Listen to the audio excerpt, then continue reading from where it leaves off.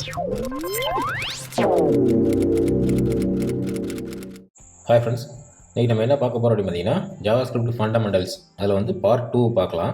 So already part 1 நம்ம சேனலில் போட்டிருந்தோம். அதில் வந்து ஆப்ரேட்டர்ஸ், வேரியபிள்ஸ், டேட்டா டைப்ஸ்லாம் என்னங்கிறத பார்த்துருந்தோம். ஸோ இன்றைக்கி லூப்பிங், கண்டிஷன், ஃபங்க்ஷன் அப்படிங்கிறதெல்லாம் என்னங்கிறத டீட்டெயிலாக பார்க்கலாம். ஸோ இது வரைக்கும் நம்ம சேனலை சப்ஸ்கிரைப் பண்ணாதவங்க சப்ஸ்கிரைப் பண்ணிக்கோங்க. ஸோ இந்த மாதிரி யூஸ்ஃபுல் வீடியோஸ் வந்துகிட்டே இருக்கும்.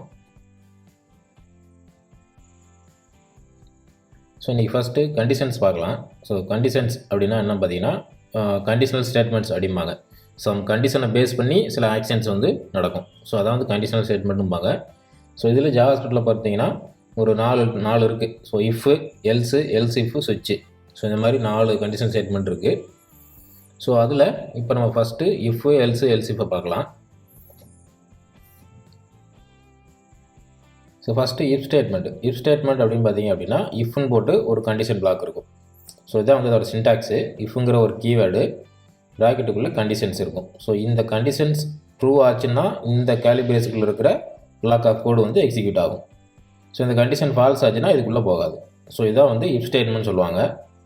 ஸோ இதோட சின்டாக்ஸ் இதுதான் பார்த்துக்கோங்க. இஃப்பு ப்ராக்கெட்டுக்குள்ளே கண்டிஷனு, கேலிபிரேஸ் ஓப்பன் பண்ணி க்ளோஸ் பண்ணணும். அந்த கேலிபிரேஸ்க்கு உள்ளே உங்களுக்கு எக்ஸிக்யூட் ஆக வேண்டிய கோட்ஸ் வந்து நீங்கள் உள்ளே அடிச்சிக்கணும். ஸோ அந்த கண்டிஷன் ட்ரூ ஆகும்போது அந்த கோடு எக்ஸிக்யூட் ஆகும், ஃபால்ஸாக இருந்துச்சுன்னா எக்ஸிக்யூட் ஆகாது. ஸோ அதான் இஃப் ஸ்டேட்மெண்ட் அப்படிம்பாங்க. ஸோ இதுக்கு எக்ஸாம்பிள் கீழே பாருங்கள். ஸோ இஃப் அவர் லெஸ் தேன் 18 இருந்துச்சு அப்படின்னா greetings equal to good day அப்படின்னு சொல்லி அசைன் பண்ணியிருக்காங்க. அப்போ என்ன அர்த்தம்? அவருங்கிறது வந்து 18க்கு கீழே இருந்துச்சு அப்படின்னா அது வந்து குட் டே, 18க்கு மேலே இருந்துச்சு அப்படின்னா இதுக்குள்ளே போகாது. ஸோ அதனால் 18க்கு கீழே இருந்தால் மட்டும் கிரீட்டிங்ஸில் போய் குட் டேங்கிறது அசைன் ஆகும். ஸோ இதுதான் வந்து ஒரு if statement. So next else statement. So எல்ஸுங்கிறது என்னென்னு பார்த்தீங்கன்னா இந்த இஃப் கண்டிஷனுக்கு மீட் ஆகாத கேஸ் வந்து எல்ஸில் போகும். ஸோ இப்போ கண்டிஷன் ஃபால்ஸ் ஆகிடுச்சி அப்படின்னா நீங்கள் வந்து எல்ஸில் என்ன நடக்கணுமோ அதை சொல்லிக்கலாம். ஸோ எனக்கு ஒரு கண்டிஷன் கொடுத்து ஒரு கோடு கொடுத்துருக்கேன். அந்த கோடு கண்டிஷன் மீட் ஆச்சுன்னா ஒர்க் ஆகும். இப்போ அந்த கண்டிஷன் மீட் ஆகலை அப்படின்னா என்ன பண்ணணும்? எதுவுமே பண்ணலைன்னா விட்டுடலாம். இல்லை அந்த கண்டிஷன் தப்பாக இருந்தால் எனக்கு இன்னொன்று நடக்கணும் அப்படின்னு நினச்சிங்கன்னா அதை வந்து நீங்கள் வந்து எல்ஸுக்குள்ளே போடணும். ஸோ அந்த மாதிரி கேஸுக்கு தான் எல்ஸ் வந்து யூஸ் ஆகும். ஸோ இது எக்ஸாம்பிள் பாருங்கள். இப்போ அவர் வந்து லெஸ் தேன் 18 இருந்துச்சுன்னா குட் டேன்னு சொல்லி செட் பண்ணணும். ஸோ இது ஆல்ரெடி முன்னாடி பார்த்தோம். ஸோ இதிலே வந்து பார்த்தீங்கன்னா லெஸ் தேன் 18க்கு இல்லாமல் வேறு ஏதாச்சும் கிரேட்டர் தேன் ஏதாவது இருந்துச்சு அப்படின்னா குட் ஈவினிங் சொல்லி அசைன் ஆகணும் அப்படின்னு நம்ம வந்து போட்டுக்கலாம்.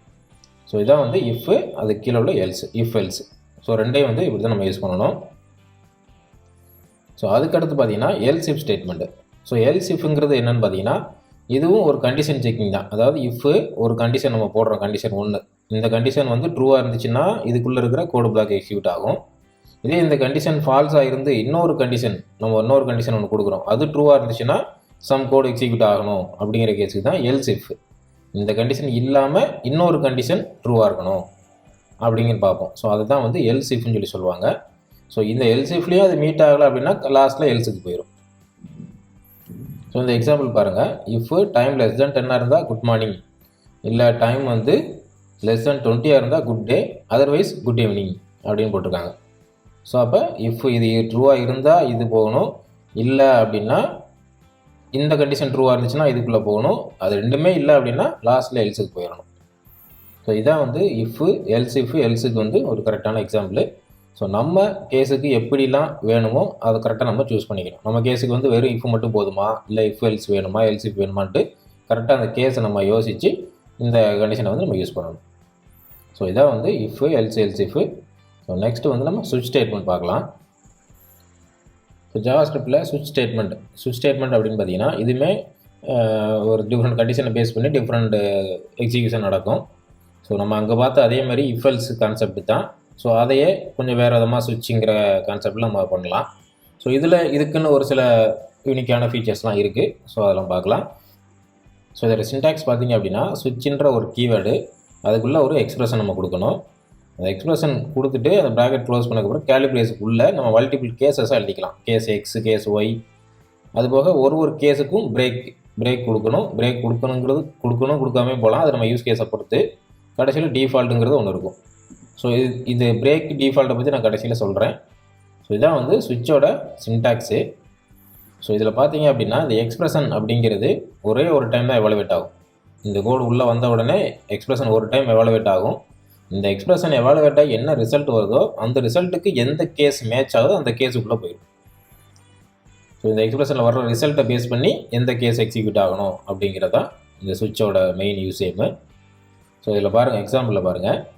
இப்போ இந்த சுவிட்சில் நான் எக்ஸ்பிரஷன் என்ன கொடுத்துருக்கோம் அப்படின்னா நியூ டேட் ஆஃப் கெட் டே அப்படின்னு கொடுத்துருக்கோம். ஸோ நியூ டேட் அப்படின்னா கரண்ட் டேட் எடுக்கும் எப்பயுமே. கரண்ட் டேட் டாட் கெட் டே அப்படின்னா அந்த கரண்ட் டேயில் உள்ள டே என்ன, டேங்கிறது 0லேருந்து 6 வரைக்கும் ஒரு ரிட்டர்ன் ஆகும். 0னா சண்டே அப் டு 6 வரைக்கும் சாட்டர்டே வரைக்கும் போகும்.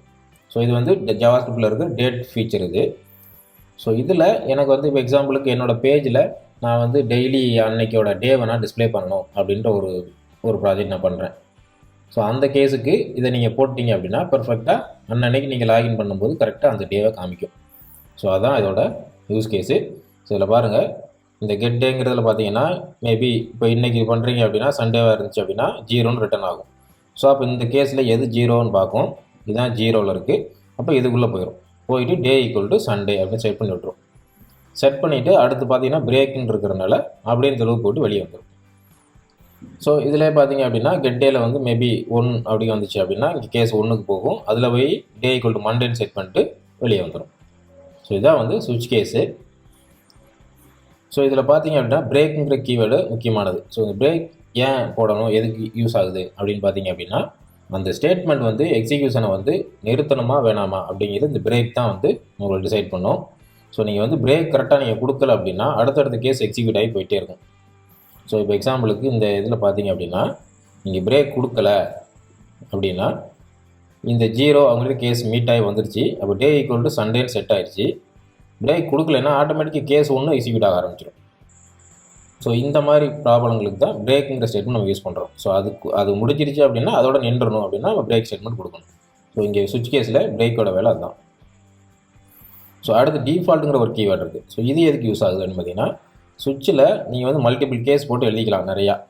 ஸோ நீங்கள் கொடுக்குற எக்ஸ்பிரஷனில் வர ரிசல்ட்டில் எதுவுமே மீட் ஆகலை அப்படின்னா அது கடைசியில் டிஃபால்ட் பிளாக்குக்கு போயிடும். ஸோ அதான் டிஃபால்ட்டுங்கிற ஒரு கீவேர்டு. ஸோ அந்த டிஃபால்ட் கீவேர்டை போட்டு நீங்கள் கண்டென்ட் கொடுத்துட்டீங்க அப்படின்னா நீங்கள் கொடுத்த கேஸில் எதுவுமே மீட் ஆகலை அப்படின்னா ஆட்டோமேட்டிக்காக டிஃபால்ட் வந்து எக்ஸிக்யூட் ஆகிடும். ஸோ இப்போ இந்த எக்ஸாம்பிளில் பாருங்கள், கெட் டேங்கிறது நம்ம போட்டிருக்கோம். இதில் 0லேருந்து 6 வரைக்கும் நமக்கு ரிசல்ட் வரும். அப்போ நான் என்ன பண்ணுறேன், 6ஆக இருந்துச்சுன்னா டுடே இஸ் சாட்டர்டே அப்படின்னு போட்டிருக்கு, 0ஆக இருந்துச்சுன்னா சண்டேன்னு போட்டிருக்கு. மற்ற எது வந்தாலுமே டிஃபால்ட்டுக்கு போ அப்படின்னு சொல்லி போட்டாச்சு. அப்போ என்னாகும், மண்டேலேருந்து ஃப்ரைடே வரைக்கும் பார்த்தீங்கன்னா லுக்கிங் ஃபார்வர்ட் டு வீக்கெண்டு அப்படிங்கிற மாதிரி உங்களுக்கு கண்டென்ட் செட் ஆகிடும். இதான் வந்து டிஃபால்ட் கீவேர்டோட யூசேஜ். ஸோ சுவிட்ச் கேஸை பொறுத்த வரைக்கும் இந்த டிஃபால்ட்டு பிரேக்கு இந்த ரெண்டையும் கொஞ்சம் தெளிவாக அண்டர்ஸ்டாண்ட் பண்ணி தெரிஞ்சுக்கோங்க. ஸோ சுவிட்ச் கேஸில் நம்ம வந்து காமன் கோட் பிளாக்ஸ் அப்படிங்கிற ஒரு இதையும் யூஸ் பண்ணலாம். எப்படி அப்படின்னு பார்த்தீங்க அப்படின்னா இப்போ எனக்கு எக்ஸாம்பிளுக்கு அதே அந்த கெட் டேயில் பார்த்தீங்க அப்படின்னா 4-5 இந்த 4-5 2 வந்தாலுமே எனக்கு சூன் இட் இஸ் வீக்கெண்டு அப்படிங்கிற மாதிரி டெக்ஸ்ட் போடுறேன்னு நினைக்கிறேன். அப்போ நான் வந்து இங்கே எதுனா பிரேக் எதுவுமே கொடுக்கல. அப்போ 4 வந்தாலும் சரி இந்த சூன் இட் இஸ் வீக்கெண்டுங்கிறது வந்துடும், 5 வந்தாலுமே சூன் இட் இஸ் வீக்கெண்டுங்கிறது பிரிண்ட் ஆகும். ஸோ மல்டிபிள் கேஸஸுக்கு காமனான ஒரு கோடு பிளாக். ஸோ அந்த மாதிரி யூஸ் பண்ணுறதுக்கு நம்ம இப்படி யூஸ் பண்ணிக்கலாம். ஸோ பிரேக் ஸ்டேட்மெண்ட் போடாமல் அடுத்தடுத்த கேஸாக போட்டுட்டு கண்டென்ட்டை போட்டலாம். ஸோ 0-6 வந்துச்சுன்னா இட் இஸ் வீக்கெண்டு அப்படிங்கிற மாதிரி. ஸோ இது இல்லாமல் மற்ற கேஸாக இருந்துச்சுன்னா டிஃபால்ட்டுக்கு போகும். இது வந்து சுவிட்ச் கேஸில் காமன் கோடு பிளாக்ஸ்ன்னு சொல்லி சொல்லுவாங்க. ஸோ மல்டிபிள் கேஸுக்கு காமனான ஒரு கோடு எக்ஸிக்யூட் ஆகணும் அப்படின்னா இந்த கான்செப்ட் யூஸ்ஃபுல்லாக இருக்கும். ஸோ கண்டிஷனல் ஸ்டேட்மெண்ட்ஸில் அவ்வளோதான். ஸோ அடுத்து நம்ம வந்து லூப்பிங் பார்க்கலாம். ஸோ லூப்பிங் அப்படின்னு எடுத்திங்கன்னா ஜாவாஸ்கிரிப்டில் for loop, while, do while. So இதுதான் வந்து காமனாக யூஸ் பண்ணுற ஒரு லூப்பிங்கு. ஸோ இதில் ஃபஸ்ட் நம்ம ஃபார் லூப் பார்க்கலாம். ஸோ ஃபார் லூப் அப்படின்னு பார்த்தீங்க அப்படின்னா ஃபஸ்ட் நம்ம லூப்பிங் அப்படின்னாலே என்ன அப்படி அர்த்தம் என்னென்னா திரும்ப திரும்ப ஒரே மேட்டரை பண்ணுறது. ஸோ அதான் நம்ம வந்து லூப்புன்னு சொல்லுவோம் ஜென்ரலாக. ஸோ இங்கே கோடிங்கில் ஃபார் லூப் அப்படின்னா என்ன ஆகும் அப்படின்னா ஒரே ஸ்டேட்மெண்ட்டை மல்டிபிள் டைம் எக்ஸிக்யூட் ஆகணும் அப்படின்னு நினச்சிங்க அப்படின்னா அதை வந்து நம்ம லூப்பில் போடலாம். ஸோ இதுக்கு எக்ஸாம்பிள் பாருங்கள். ஸோ இப்போ வந்து ஒரு அரே ஆல்ரெடி நம்ம அரேனா என்ன சொல்லியிருந்தோம். இப்போ அரேக்குள்ளே இந்த மாதிரி மல்டிபிள் கார் லிஸ்ட் இருக்குது நமக்கு. இந்த காரில் இருக்கிற ஒரு காராக எடுத்து நம்ம பிரிண்ட் பண்ணணும். அப்போ இந்த மாதிரி ஒரு டெக்ஸ்ட்டை போட்டுட்டு அதில் ஒன்றா இது மாதிரி போட்டு அந்த காரில் 0th பொசிஷனில் இருக்க ஒன்று எடுக்கிறோம், அடுத்து 1வது பொசிஷனில் இருக்கிறோம், இப்படியே எடுத்து போட்டு அப்பன் பண்ணி இதை பிரிண்ட் பண்ணிங்க அப்படின்னா இந்த மாதிரி உங்களுக்கு ஒரு ரிசல்ட் கிடைக்கும். ஸோ இது வந்து பார்த்தீங்கன்னா ஸ்டேட்மெண்ட் எல்லாமே சிமிலராக இருக்குது. ஸோ இந்த மாதிரி ஒன்று ஒன்றா நம்ம தூக்கி போடுறதுக்கு பதிலாக லூப்பிங் யூஸ் பண்ணிட்டோம் அப்படின்னா ஒரே ஷார்ட்டில் முடிச்சிடலாம். ஸோ இவ்வளோ பெரிய கோடு பிளாக்கை நம்ம பார்த்தீங்கன்னா இந்த மாதிரி ஷார்ட்டாக முடிக்க முடியும். ஒரு டிக்ளரேஷன் பண்ணிட்டு ஃபார் லூப்புக்குள்ளே இந்த ஸ்டேட்மெண்ட்டை போட்டிங்க அப்படின்னா அது ஆட்டோமேட்டிக்காக இந்த அரேவை ஐட்ரேட் பண்ணி வரிசையாக அந்த மாதிரி பண்ணிவிடும். சேம் ரிசல்ட்டு தான், பட் நமக்கு வந்து ஷார்ட்டாக முடிஞ்சிடும். ஸோ இதுதான் வந்து லூப்பிங்கோட மெயின் யூசேஜ். ஸோ இப்போ வந்து ஃபார் லூப்போட சின்டாக்ஸ் பார்க்கலாம். ஸோ ஃபார் லூப் அப்படின்னு எடுத்திங்கன்னா ஃபாருங்கிற ஒரு கீவேர்டு இருக்கும், ப்ராக்கெட் ஓப்பன் பண்ணிவிட்டு அதுக்குள்ளே 3 ஸ்டேட்மெண்ட் இருக்கும் ஃபார் லூப்பில். ஸ்டேட்மெண்ட் 1, ஸ்டேட்மெண்ட் 2, ஸ்டேட்மெண்ட் 3 இருக்கும். அதுக்கப்புறம் ஒரு கேலிப்ரேஸ் இருக்கும். கேலிப்ரேஸுக்குள்ளே உங்களுக்கு வந்து என்ன கோடு எக்ஸிக்யூட் ஆகணுமோ அந்த கண்டென்ட்டை உள்ளே போட்டுக்கலாம். ஸோ இந்த ஃபார் லூப் வந்து முடிகிற வரைக்கும் இந்த கோடு பிளாக் வந்து எக்ஸிக்யூட் ஆகும். ஸோ இதில் ஃபஸ்ட்டு ஸ்டேட்மெண்ட் 1 அப்படின்னா என்னென்னு பார்த்தீங்க அப்படின்னா இது வந்து ஒன்லி ஒன் டைம் தான் எக்ஸிக்யூட் ஆகும். இந்த இது ப்ரோக்ராம் ரன் ஆகும்போது இந்த ஃபஸ்ட்டு ஸ்டேட்மெண்ட் ஒரே ஒரு டைம் தான் உங்களுக்கு எக்ஸிக்யூட் ஆகும். ஸோ இது வந்து இனிஷியலைஸ் ஸ்டேட்மெண்ட் அப்படின்னு சொல்லுவாங்க. ஸோ ஃபஸ்ட்டு இனிஷியலைஸ் மட்டும் பண்ணிவிட்டு நின்றோம். ஸோ அடுத்து இந்த ஸ்டேட்மெண்ட் 2 அப்படிங்கிறது பார்த்தீங்கன்னா கண்டிஷன் ஸ்டேட்மெண்ட்பாங்க. இது என்னென்னா இங்கே தான் நம்ம கண்டிஷன் கொடுக்குறோம். ஸோ இந்த கண்டிஷன் ட்ரூவாக இருக்கிற வரைக்கும் இந்த ஃபார் லூப் ஓடிக்கிட்டே இருக்கும். எப்போ ஃபால்ஸ் ஆகுதோ அப்போ ஃபார் லூப் போட்டு வெளியே வந்துடும். ஸோ இதான் வந்து கண்டிஷன் ஸ்டேட்மெண்ட்பாங்க. இந்த தேர்ட் ஸ்டேட்மெண்ட் பார்த்தீங்க அப்படின்னா இன்க்ரிமெண்ட் டிக்ரிமெண்ட் ஸ்டேட்மெண்ட். ஸோ இதில் வந்து நம்ம ஒரு வேல்யூ வந்து இன்க்ரிமெண்ட் டிக்ரிமெண்ட்டாக பண்ணிக்கலாம். ஸோ இது வந்து இந்த லூப் முடிகிற வரைக்கும் ஒரு டைம் இது எக்ஸிக்யூட் ஆகிட்டே இருக்கும். ஸோ இப்போ இந்த எக்ஸாம்பிள் கீழே பாருங்கள், let i = 0, i <5, i++. அப்போ இதில் என்ன மீனிங்னா ஃபஸ்ட்டு ஸ்டேட்மெண்ட்டு i வந்து 0ன்னு இனிஷியலைஸ் பண்ணுறோம். ஸோ ஒரே ஒரு டைம் இனிஷியலைஸ் ஆகும், அதோட அந்த ஸ்டேட்மெண்ட் நின்றோம். அதுக்கப்புறம் பார்த்தீங்கன்னா i <5 என்ன கண்டிஷன் அப்படின்னா இந்த ஐயோட வேல்யூ வந்து பார்த்தீங்கன்னா <5 இருக்கிற வரைக்கும் இந்த லூப் ஓடணும் அப்படிங்கிற மாதிரி கண்டிஷன் போட்டிருக்கு. எப்போ ஐயோட வேல்யூ வந்து <5 மேலே போகுதோ அதோட லூப் டெர்மினேட் ஆகிடும். ஸோ அடுத்து தேர்டு பார்த்தீங்கன்னா i++. ஸோ இதில் என்ன பண்ணியிருக்காங்கன்னா ஐயோட வேல்யூ கூட்டி விட்டுருக்காங்க. ஸோ ஒரு டைமும் ஒரு வேல்யூ கூட்டிகிட்டே வரும். ஃபஸ்ட்டு 0ன்னு இருக்கும், உள்ளே ஒன்று பிரிண்ட் ஆகும், அடுத்து வந்து 1ன்னு மாறும், திரும்ப வந்து பிரிண்ட் ஆகும், அடுத்து திரும்ப i2ன்னு மாறும், இப்படியே போகும். எப்போ 5 ரீச் ஆகுதோ அப்போ இதை விட்டு வெளியே வந்துடும். ஸோ இதுதான் வந்து ஒரு ஃபார் லூப்போட எக்ஸிக்யூஷன் ஃப்ளோ. நெக்ஸ்ட்டு ஒயில் லூப்னா என்னென்னு பார்க்கலாம். ஸோ ஒயிலில் பார்த்தீங்கன்னா ஒயில் டூ ஒயில்னு சொல்லி 2 இருக்குது. இந்த ஒயில் அப்படின்னு பார்த்தீங்கன்னா இதுவும் ஒன் ஆஃப் த லூப்பிங் தான். ஸோ ரிப்பீட்டடாக சம் கோடிங் பிளாக் வந்து நம்ம எக்ஸிக்யூட் பண்ணலாம் இந்த ஒயில் லூப்பில். ஸோ இதோட சின்டாக்ஸ் அப்படின்னு பார்த்தீங்க அப்படின்னா இந்த மாதிரி ஒயில் அப்படின்னு ஒரு கீவேர்டு இருக்கும், ப்ராக்கெட்டுக்குள்ளே கண்டிஷன்ஸ் இருக்கும், ஒரு கேலிப்ரேஷனுக்குள்ளே கோடு பிளாக் இருக்கும். ஸோ இதான் வந்து சின்டாக்ஸு. இந்த கண்டிஷன் ட்ரூவாக இருக்கிற வரைக்கும் இந்த ஒயில் லூப் வந்து எக்ஸிக்யூட் ஆகிட்டு இருக்கும். ஃபால்ஸ் ஆச்சுன்னா வெளியே வந்துடும். ஸோ இதில் எக்ஸாம்பிளில் பாருங்கள், ஒயில் i <10, அதாவது i வந்து 10 விட கம்மியாக இருக்கிற வரைக்கும் இந்த லூப் போடணும் அப்படின்னு சொல்லியிருக்காங்க. அப்போ ஃபஸ்ட்டு உள்ளே போயிட்டு இந்த நம்பர் பிரிண்ட் பண்ணிடும். அடுத்து i++, i ஒன்று கூடிடும், திரும்ப வரும், செக் பண்ணோம், i வந்து 10க்குள்ளே தான் இருக்குது, அப்போ பிரிண்ட் பண்ணும். இப்படியே வந்து 10 வரைக்கும் உங்களுக்கு வரும். 10 ரீச் ஆகிடுச்சு அப்படின்னா கண்டிஷன் விட்டு வெளியே வந்துடும்.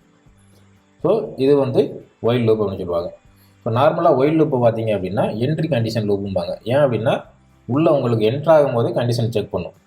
ஸோ அதுதான் வந்து ஒயில் லூப்பு. எக்ஸிட் கண்டிஷன் அப்படிங்கிறது டூ ஒயில் லூப்பு. ஸோ அதை நான் பின்னாடி என்னென்னு சொல்கிறேன். ஸோ அடுத்து do while loop. Do while அப்படின்னு பார்த்தீங்கன்னா இதோட சின்டாக்ஸ் பாருங்கள், டூன்னு சொல்லி ஒரு கீவேர்டில் ஆரம்பிக்கும். டூக்குள்ளே கேலிப்ரேஸ் போட்டு உங்களோட ஸ்டேட்மெண்ட்டை கொடுத்துக்கலாம். அதுக்கடுத்து கீழே வந்து ஒயில்னு போட்டு கண்டிஷன்ஸ் கொடுக்கணும். ஸோ இதை வந்து டூ ஒயிலோட சின்டாக்ஸு. ஸோ ஒயிலுக்கும் டூ ஒயிலுக்கும் என்ன வித்தியாசம்னு பார்த்தீங்கன்னா டூ ஒயிலில் வந்து நீங்கள் கொடுக்குற கோடிங் பிளாக் வந்து ஒன் டைம் கண்டிப்பாக எக்ஸிக்யூட் ஆகிடும். அது கண்டிஷனை செக் பண்ணுறதுக்கு முன்னாடியே நம்ம கோடு பிளாக் வந்து எக்ஸிக்யூட் ஆகிடும். அதுக்கப்புறம் தான் கண்டிஷனையும் செக் பண்ணோம். அது ட்ரூவாக இருந்துச்சுன்னா அடுத்து கண்டினியூ பண்ணோம், அதர்வைஸ் ஸ்கிப் பண்ணிடும். ஆனால் ஒயில் லூப்பை பொறுத்த வரைக்கும் கண்டிஷன் ட்ரூவாக இருந்தால் தான் உள்ளேயே போகும். இங்கே நம்ம ஸ்டார்டிங்லேயே கண்டிஷன் செக் பண்ணிடுறோம். ட்ரூவாக இருந்தால் தான் உள்ளேயே போகும், அதர்வைஸ் போகாது. ஸோ அதனால தான் இதை வந்து என்ட்ரி கண்டிஷன் அப்படின்னு சொல்கிறாங்க. இதை வந்து எக்ஸிட் கண்டிஷனுங்கிறாங்க. இந்த இதை விட்டுட்டு வெளியே வந்து தான் கண்டிஷனே உங்களுக்கு செக் பண்ணும். ஸோ ஒயில் டூ ஒயிலுக்கு வித்தியாசம் உங்களுக்கு புரியுதுன்னு நினைக்கிறேன். ஸோ இதோட எக்ஸாம்பிள் பாருங்கள், டூ போட்டு இங்கே ஒயில் போட்டுருக்காங்க. இந்த டூக்குள்ளே இருக்க ஸ்டேட்மெண்ட்டு உங்களுக்கு ஃபஸ்ட்டு எக்ஸிக்யூட் ஆகிரும். அதுக்கப்புறம் தான் ஒயிலில் அந்த கண்டிஷனை செக் பண்ணணும். இதில் கண்டிஷன் ட்ரூவாக இருந்துச்சு அப்படின்னா அகைன் திரும்ப அந்த டூ ஸ்டேட்மெண்ட் எக்ஸிக்யூட் ஆகும். ஸோ இப்படியே இது ஃபால்ஸ் ஆகிற வரைக்கும் அந்த டூ ஸ்டேட்மெண்ட் வந்து மாறி எக்ஸிக்யூட் ஆகிட்டே இருக்கும். ஸோ இதுதான் வந்து டூ ஒயில். ஸோ இந்த ஒயில் டூ ஒயில் இதெல்லாம் வந்து நமக்கு எங்கே யூஸ் பண்ணணுமோ கரெக்டாக அந்த இடத்துல யூஸ் பண்ணணும். ஸோ அதோட யூஸ் கேஸை நான் இப்போ உங்களுக்கு சொல்லியிருக்கேன், அதுக்கேற்ற மாதிரி நீங்கள் யூஸ் பண்ணிக்கலாம். ஸோ டூ ஒயில் அப்படிங்கிறது ஒரு டைம் கோட் பிளாக் உங்களுக்கு எக்ஸிக்யூட் ஆகிட்டு தான் கண்டிஷனே செக் பண்ணணும். ஒயிலுங்கிறது கண்டிஷனை செக் பண்ணிட்டு தான் உள்ளே போகும். ஸோ இந்த கான்செப்டை வச்சுக்கிட்டு உங்களோட யூஸ் கேஸுக்கு ஏற்ற மாதிரி நீங்கள் யோசிக்கணும். ஸோ அதான் வந்து முக்கியமானது. ஸோ அதுக்கப்புறம் ஜாவாஸ்கிரிப்ட் ஃபங்க்ஷன் அப்படின்னா என்னங்கிறத பார்க்கலாம்.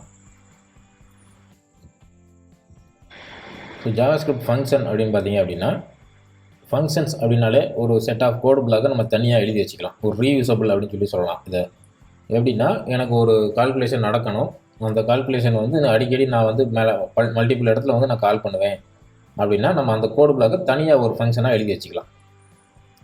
ஸோ அந்த மாதிரி யூஸ் கேஸ் தான் ஃபங்க்ஷன் யூஸ் ஆகும். நம்ம ஒரு இடத்துலையுமே போய் அந்த ஒரே லாஜிக்கை மாறி போடுறதுக்கு பதிலாக அந்த ஒரு லாஜிக்கு காமனாக ஒரு இடத்துல எழுதி வச்சுட்டு அதை எல்லா இடத்துலையும் தேவைங்கிற இடத்துல நம்ம கால் பண்ணிக்கலாம்.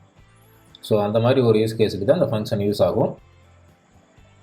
ஸோ இப்போ ஃபங்க்ஷனோட சின்டாக்ஸ் என்னங்கிறத நம்ம பார்க்கலாம்.